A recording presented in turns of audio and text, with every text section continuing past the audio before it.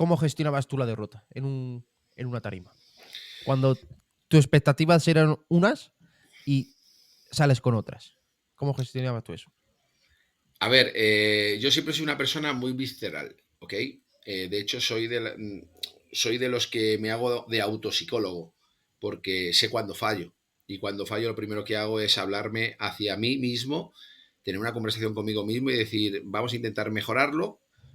Yo sé en qué fallo. Yo no soy una persona, ya te digo, que, por así decirlo, ¿tú has visto la película de Ejecutivo Agresivo? Sí. Pues yo tengo esa patología, ¿no? Yo soy una persona de por sí que siempre lo he explicado en otras entrevistas, soy muy agresiva, aunque no me lo notes, pero estoy todo el rato con mi autoconocimiento parando a esa bestia que tengo dentro, que seguramente sea por mi pasado, que he tenido un pasado, pues bueno, que como cualquier familia desestructurada o que hemos tenido unos problemas, por a lo mejor no ejercer mi padre de padre o irme con determinados individuos en los cuales pues me han hecho empeorar como ser humano y yo, culpa mía por absorberlo, pero ya te digo, todo tiene que ver con una imagen de tener esa imagen, ¿no?, de educación a través de los padres, ¿no? Entonces, cuando no la tienes que buscar tú. Y cuando tú no la encuentras o no la quieres buscar, ahí es cuando viene un poco la deficiencia, ¿no? Entonces, yo creo que a lo mejor mi interior, mi yo, está un poco enfadado con lo que a lo mejor yo creía que me merecía, que era una familia más normal, y no la tuve, ¿no? Todo esto lo he tratado con amigos psicólogos, he ido al psicólogo, tal, pero ya te digo, tantos años estudiando psicología y tal, que yo puedo mantener una conversación conmigo a través de esa autogestión y ese autocontrol, que sé lo que fallo. Sé lo que fallo, pero sé también, muy rápido, sé cuando estoy fallando. Entonces, intento parar esa agresividad que me viene, porque me pongo súper agresivo. No lo vais a notar, o sea, la gente dirá, tú no eres así, ¿no? Claro, pero te estoy hablando de mi yo interno, ¿vale? De esa voz que te habla y ese enfado que dice, joder, es que, pero ¿por qué la gente es así? Y que yo soy parte de esa gente. ¿Y por qué me hacen esto? Y pero si yo me he portado bien. O sea, son esas comunicaciones internas que tenemos, tantas preguntas que nos hacemos, pues yo intento el saber el por qué. El por qué es muy sencillo. Uno se enfada con uno mismo, no con los demás. Que no lo entendemos eso.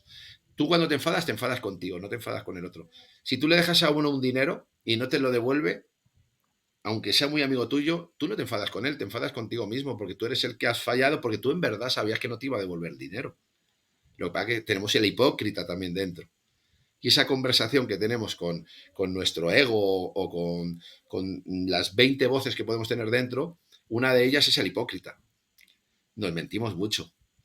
Y lo que tenemos que hacer es no mentirnos tanto y amarnos más, querernos más y comprender más, o sea, intentar hacer comprender a la voz que tenemos dentro que no somos tan malos. Porque muchas veces nos machacamos y nos decimos, esa voz nos dice lo malo que eres y tú te lo terminas creyendo.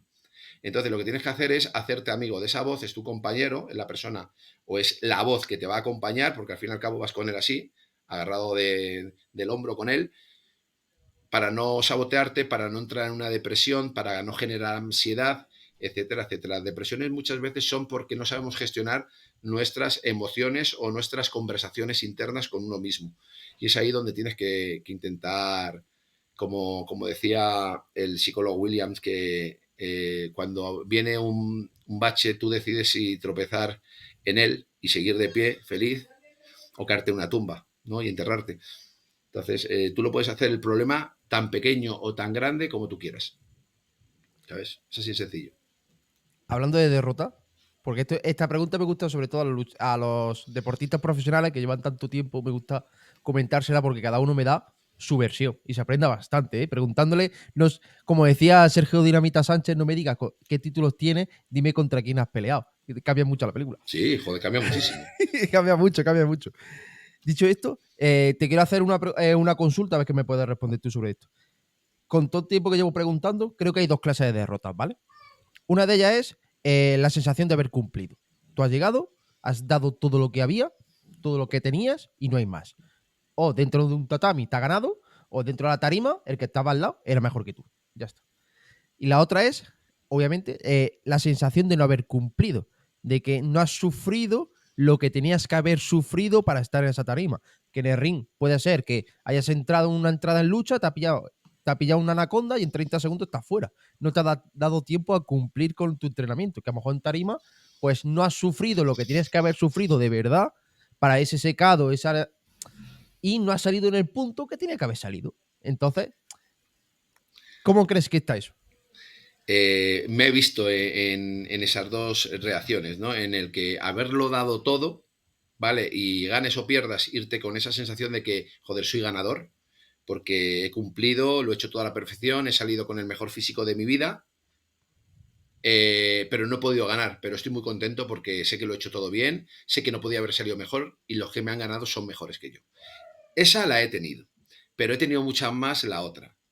La de, joder, tenía que haber entrenado un poco más, tenía que haber mejorado un poco más la alimentación, tenía que haber pedido más ayuda.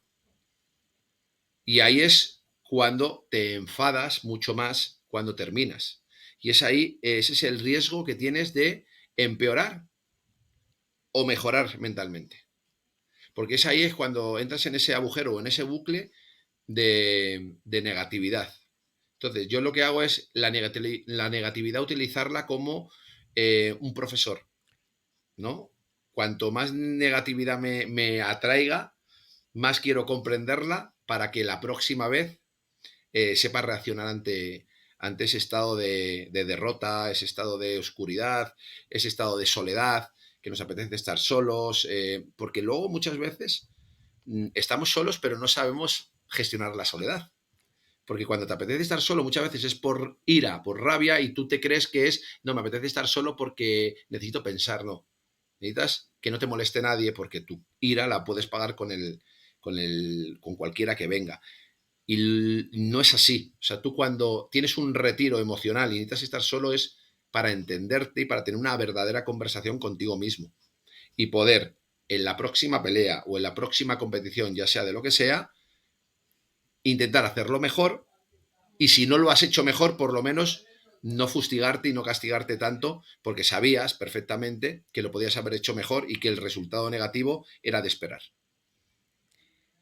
Y como preparador, porque claro, tú en su día, obviamente, estuviste en tarima, estuviste en tu ring, pero con el tiempo estuviste en la esquina, te subías a tus chavales. ¿Cómo haces para que tus chavales gestionen esa derrota cuando bajan y tú les ves la cara cuando están bajando y le dices tú, uff, va por un lado, va por el otro, se lo toma bien, se lo toma mal, todo eso? Ahora como preparador, ¿cómo ayudas a tus chavales a gestionar la derrota?